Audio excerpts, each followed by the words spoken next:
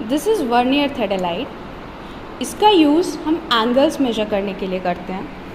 Compass का use हम करते थे एंगल मेजर करने के लिए हॉरिजॉन्टल। इससे हम हॉरिजॉन्टल एंड वर्टिकल दोनों एंगल्स मेजर कर सकते हैं। Now we will see about the parts of this vernier theodolites. सबसे पहले ये फुट स्क्रूज हैं, 3 फुट स्क्रू होते हैं और इसके ऊपर बेस प्लेट आती है हमारी और नीचे ट्राई ब्रैच प्लेट। इतना पार्ट जो है हमारा, इसको हम लेवलिंग हेड बोलते हैं। फिर इसके ऊपर हमारे क्लैंप्स हैं। ये 2 स्क्रूज दिख रहे हैं, एक ये है और एक ये है। ये लोअर क्लैंप स्क्रू है और ये अपर क्लैंप स्क्रू है। इसको अगर हम टाइट करते हैं तो अपर प्लेट का पार्ट जितना भी है वो फिक्स हो जाता है। अब इसको अगर हम लूज़न करते हैं ये अपर क्लैंप स्क्रू को, तो अपर प्लेट मूव होती है और ये वाला टाइट है लोअर क्लैंप, तो नीचे वाली प्लेट मूव नहीं हो रही है हमारी। अब हम लोअर क्लैंप को अगर लूज़ करते हैं तब हमारी नीचे वाली प्लेट भी मूव हो रही है। We can see this. ये क्लैंप्स के ऊपर प्लेट्स हैं, सर्कुलर प्लेट्स हैं। नीचे वाली लोअर प्लेट कहते हैं और ऊपर वाली अपर प्लेट होती है। हॉरिजॉन्टल प्लेट्स हैं ये, और ऐसे वर्टिकल में ये वर्टिकल प्लेट होती है। इन्हीं प्लेट्स पे हॉरिजॉन्टल प्लेट्स जो ऊपर लगी हुई हैं, इस पे हमारी वर्नियर स्केल्स लगे हैं जिसके थ्रू हम रीडिंग लेते हैं। एक लेफ़्ट साइड होता है और एक राइट साइड होता है, दोनों साइड होता है। ऊपर लेंसेज लगे होते हैं मैग्नीफाइंग रीडिंग को क्लियरली लेने के लिए। और ये जो टेंजेंशियली लगे हैं ये हमारे टेंजेंट स्क्रूज होते हैं। This and this 2 tangent screws हैं हॉरिजॉन्टल में। टेंजेंट स्क्रूज को हम स्मॉल मूवमेंट्स के लिए यूज़ करते हैं। फिर ये जितना पार्ट होता है इसको हम ए फ्रेम बोलते हैं। हमारा नीचे तक अभी लेवलिंग हेड था इतना। लेवलिंग हेड के बाद में ये हमारा ए फ्रेम है और उसके ऊपर हमारा टेलीस्कोप है। ठीक है, हमारा थेडोलाइट 3 पार्ट्स में डिवाइडेड है। ये तीनों पार्ट्स हैं वो। हॉरिजॉन्टल प्लेट पे एक हमारा बबल ट्यूब भी होता है। इसको हम फुट स्क्रूज की हेल्प से सेंटर में लाते हैं हॉरिजॉन्टल लेवलिंग करने के लिए। अब इस ए फ्रेम में ये हमारी वर्टिकल प्लेट है। ओके, वर्टिकल प्लेट में भी एक बबल ट्यूब लगा होता है। इसको हम वर्टिकल लेवलिंग के लिए यूज़ करते हैं। ऊपर मिरर भी लगा होता है रीडिंग्स लेने के लिए, हम जब लेवल कर रहे हैं तो देखने के लिए। और ये वर्टिकल सर्कुलर प्लेट जो है हमारी, इसमें भी हमारे स्केल्स होते हैं दोनों साइड, मेन स्केल और वर्नियर स्केल्स।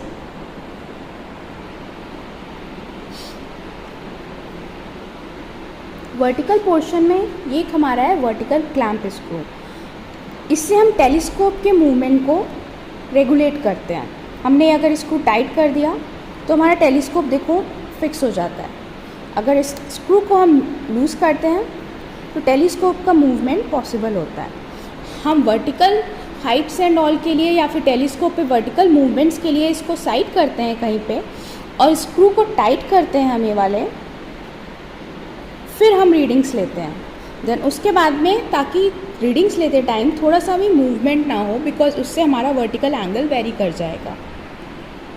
और ये आपका वर्टिकल टेंजेंट स्क्रू होता है स्मॉल मूवमेंट्स के लिए टेलीस्कोप में। और अब टेलीस्कोप में देखेंगे, इधर आई पीस होता है, उधर ऑब्जेक्ट पीस होता है।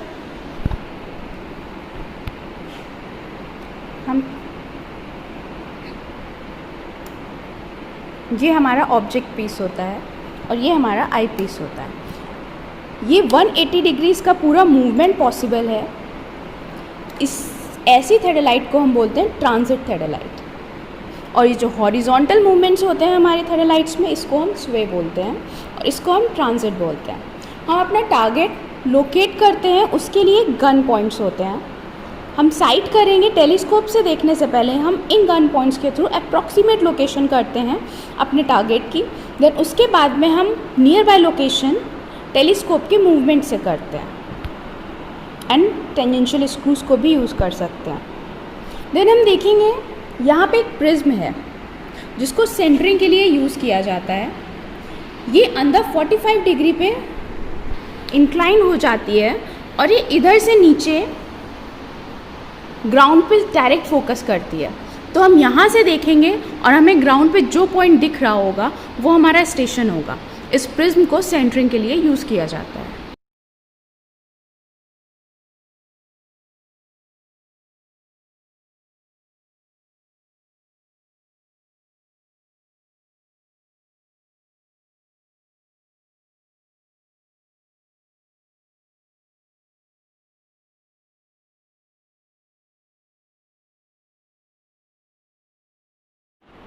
अब हम वर्नियर स्केल्स में देखेंगे। हमने इस टाइम जो लोअर क्लैंप स्क्रू है उसको टाइट कर रखा है, इसलिए नीचे वाला पार्ट मूव नहीं कर रहा है, और अपर क्लैंप स्क्रू को लूज़ कर रखा है। तो यहाँ पे हम देखेंगे जब रीडिंग्स ले रहे हैं, यहाँ पे ये 2 स्केल्स हैं, एक ऊपर है एक नीचे है। जो ऊपर है वो आपकी अपर प्लेट पे लगी हुई है, अपर हॉरिजॉन्टल सर्कल पे, नीचे वाली लोअर हॉरिजॉन्टल सर्कल पे लगी हुई है स्केल। अपर प्लेट पे जो स्केल है वो आपकी वर्नियर स्केल है, और लोअर पे जो है वो आपकी मेन स्केल है। तो जब भी हम इंस्ट्रूमेंट सेटअप करेंगे, सबसे पहला काम हम करते हैं 0 को 0 से मैच करते हैं। 0 से 0 को मैच करेंगे और उसके बाद में हम अपर क्लैंप स्क्रू को टाइट कर देंगे।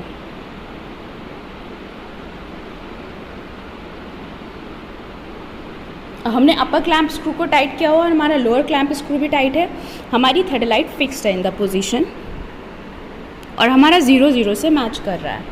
तो एंगल हॉरिजॉन्टल जब हम मेजर करेंगे उसके लिए सबसे पहला स्टेप हम 0 से 0 को मैच करते हैं, वर्नियर और मेन स्केल का। अब इसके बाद में हम अपने लोअर क्लैंप स्क्रू को लूज करते हैं।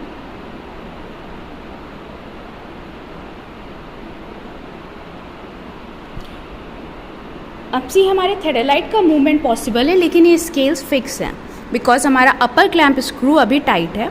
अपर क्लैंप स्क्रू टाइट रखेंगे, लोअर को लूज़ करेंगे। अब हम अपनी कोई भी साइड जो भी एंगल हमें लेना है, horizontal angle between any 2 lines, उसमें से एक लाइन पे अब हम फोकस करेंगे। अब हम अपना लोअर क्लैंप स्क्रू लूज़ करते हैं और अपर क्लैंप स्क्रू अभी भी टाइट रहता है। इससे हम देखेंगे कि हमारी थ्रेडलाइट मूव हो रही है टेलीस्कोप को फोकस करने के लिए, लेकिन हमारी स्केल नहीं मूव हो रही है। तो हम सबसे पहले अपना जिन 2 पॉइंट्स और लाइंस के बीच में हमें एंगल निकालना है, उसमें से पहले को फोकस करेंगे। रेंजिंग रॉड है, ठीक है।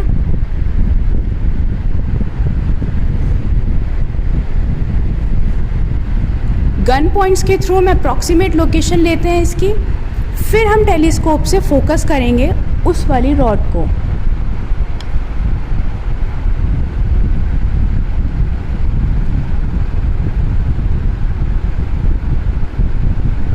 और ऐसे आते ही हम अपना लोअर क्लैंप स्क्रू भी टाइट कर देंगे। यहाँ पे जो हमने पहले पॉइंट को फोकस कर लिया था, हम अपना लोअर क्लैंप स्क्रू टाइट कर देंगे। अब हम अपना अपर क्लैंप स्क्रू मूव करते हैं, लूज करते हैं। और इससे हुआ क्या, इस वाली लाइन को हम देखेंगे ये हमारा 0 0 पे आ गई। अब हमें जो भी दूसरा स्टेशन जहाँ पे रीडिंग लेनी है, वहाँ पे हम अपना रेंजिंग रॉड को मूव करेंगे उधर। सपोज, ठीक है। अब हमारा लोअर क्लैंप स्क्रू टाइट है और देखिए अब हम इसको फोकस करने के लिए मूव करेंगे तो एंगल्स की वैल्यू चेंज हो रही है। हम गन पॉइंट्स के थ्रू अप्रॉक्सीमेट लोकेशन लेते हैं अपनी रॉड की, कहाँ पे है हमारी रेंजिंग रॉड, ठीक है। फिर हम इसको फोकस करते हैं थोड़ा बहुत मूवमेंट करके, जितना भी आ रहा होगा जहाँ पे, ठीक है। टारगेट हो जाएगा हमारा यहाँ पे।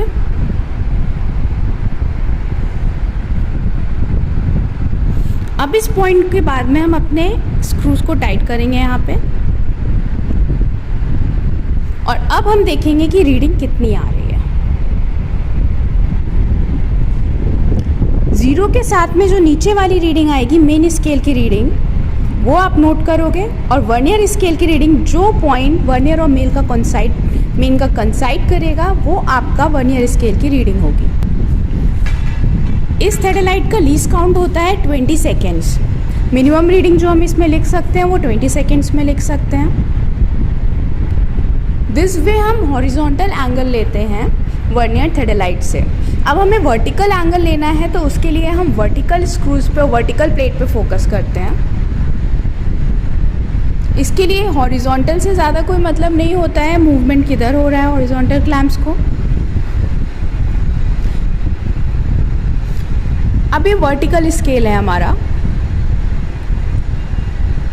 इसमें भी आप देख रहे हैं इसमें भी 0 0 होगा। इसके 0 को इसके 0 से मैच कराएंगे हम पहले।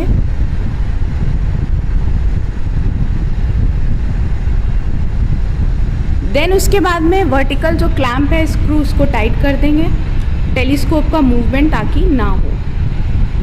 This is fix now. अब हम अपने टारगेट को अकॉर्डिंगली फोकस करके इसका 0 सेट किया होता है जहाँ पे, और इसकी हॉरिजॉन्टल मूवमेंट्स के थ्रू हम देखते हैं हमारा टारगेट कहाँ पे है। सपोज अगर हमें ये कॉर्नर वाली वॉल के एंगल्स निकालने हैं कि विद रिस्पेक्ट टू हॉरिजॉन्टल इसका एंगल कितना है, ठीक है। हमने इसको फोकस करेंगे यहाँ से, हॉरिजॉन्टल मूवमेंट्स देख के फोकस करेंगे कि नियर बाय कहाँ पे आ रहा है पॉइंट। ओके, देन हम वर्टिकल क्लैंप स्क्रू को लूज करते हैं। हमारा 0 सेट हो चुका है ऑलरेडी, और हम अपर पॉइंट पे टारगेट करते हैं जिसका हमें एंगल लेना है।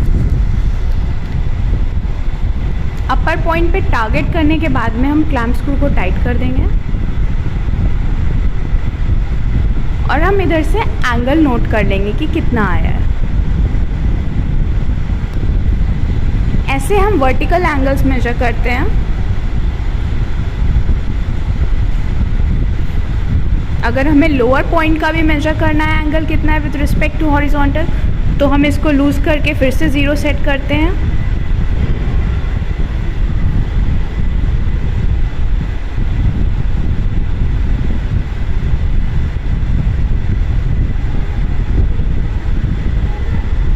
टाइट करके उसके बाद में हम नीचे वाले पॉइंट को फोकस करेंगे किसी भी डेप्थ पे, फिर हम लूज़ करके इसके बेस पे मूव करते हैं अपना टेलीस्कोप।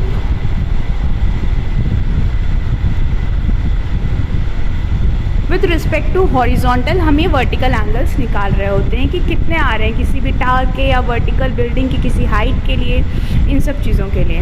अब हमने horizontal angle and vertical angle measure करना सीख लिया है through a vernier थेडेलाइट।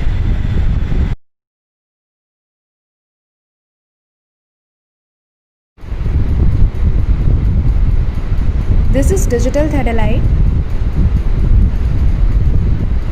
Here we'll see the parts of the digital thedolite. It is also used for measuring the angles as we did in the vernier thedolite. The difference is here we measure the angles digitally.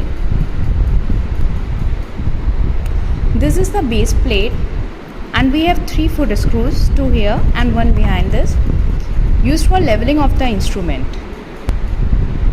Then this is horizontal circle on which our upper part of the instrument is rotating. This is digital display on both the sides.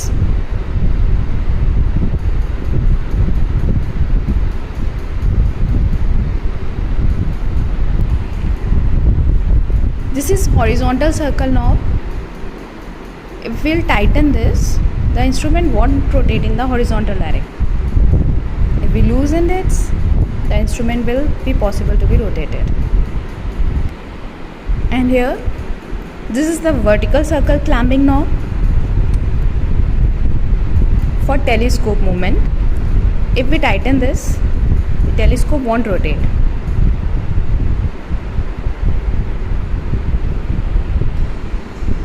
And for a smaller telescopic movement without moving the telescope, we use the slow motion knob for a smaller movement.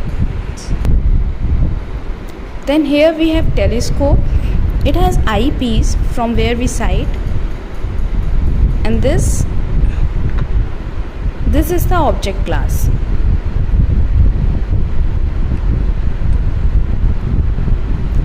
Here on the side of eyepiece we have a knob called telescopic focusing knob. This is used for focusing and defocusing. And here we can see this is the section where we place the battery.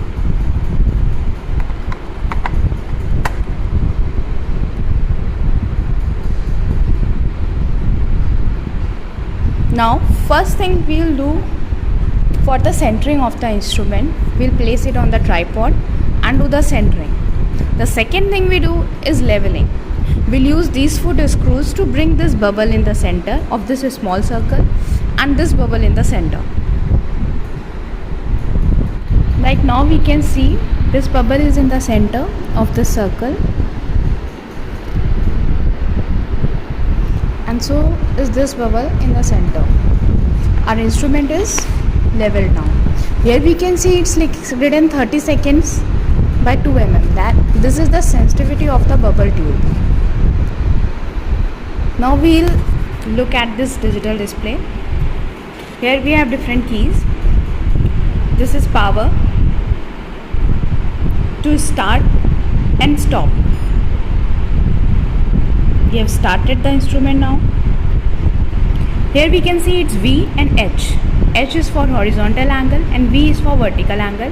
Here we can see the status of the battery. See, we are moving it horizontally, H is varying now. Okay, this is horizontal angle, this is vertical angle. Here 0 set. If we'll press this button, this will set 0. See, at this point has been set 0 by this button. Hold will hold the reading. We can see because of its sensitivity, little movements are varying these readings. We'll press hold. See.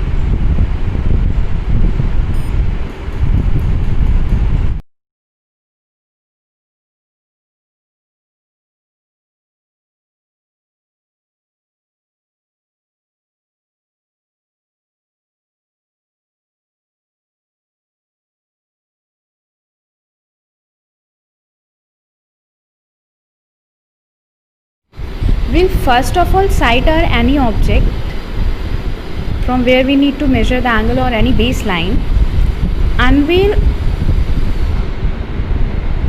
use the horizontal circle knob to stop the horizontal movement. Then we'll sight our object.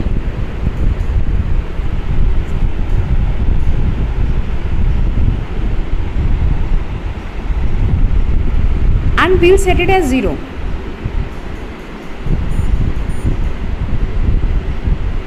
By using this 0 set. Now this has been set 0 now. Now we need to measure angle towards any other direction.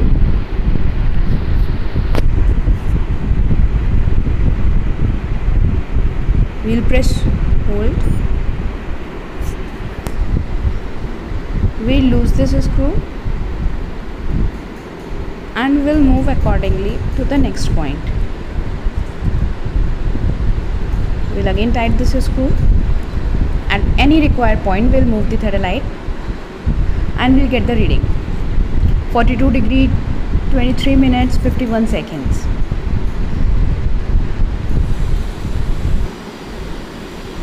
This will help us to measure the horizontal angles. For the vertical angles, we need to know where the 0 of the vertical is.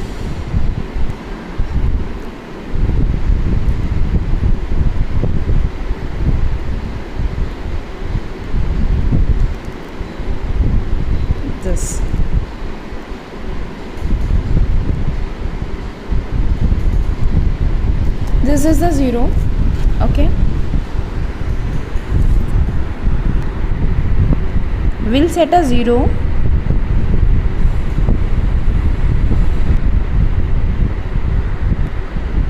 Approximate 0, then we lock this vertical movement.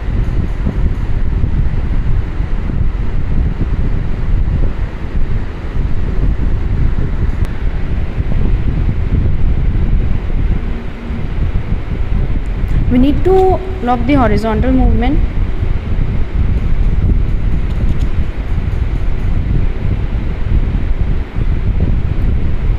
We know this is our 0 now. We'll measure any angle with respect to vertical. See, this is 5 degree, 20 degree, exactly. We'll sight any top point and we'll get to know the angle of that point with respect to the vertical. This is how we can measure horizontal and vertical angles using digital theodolite. It is way much easier than using the vernier theodolite.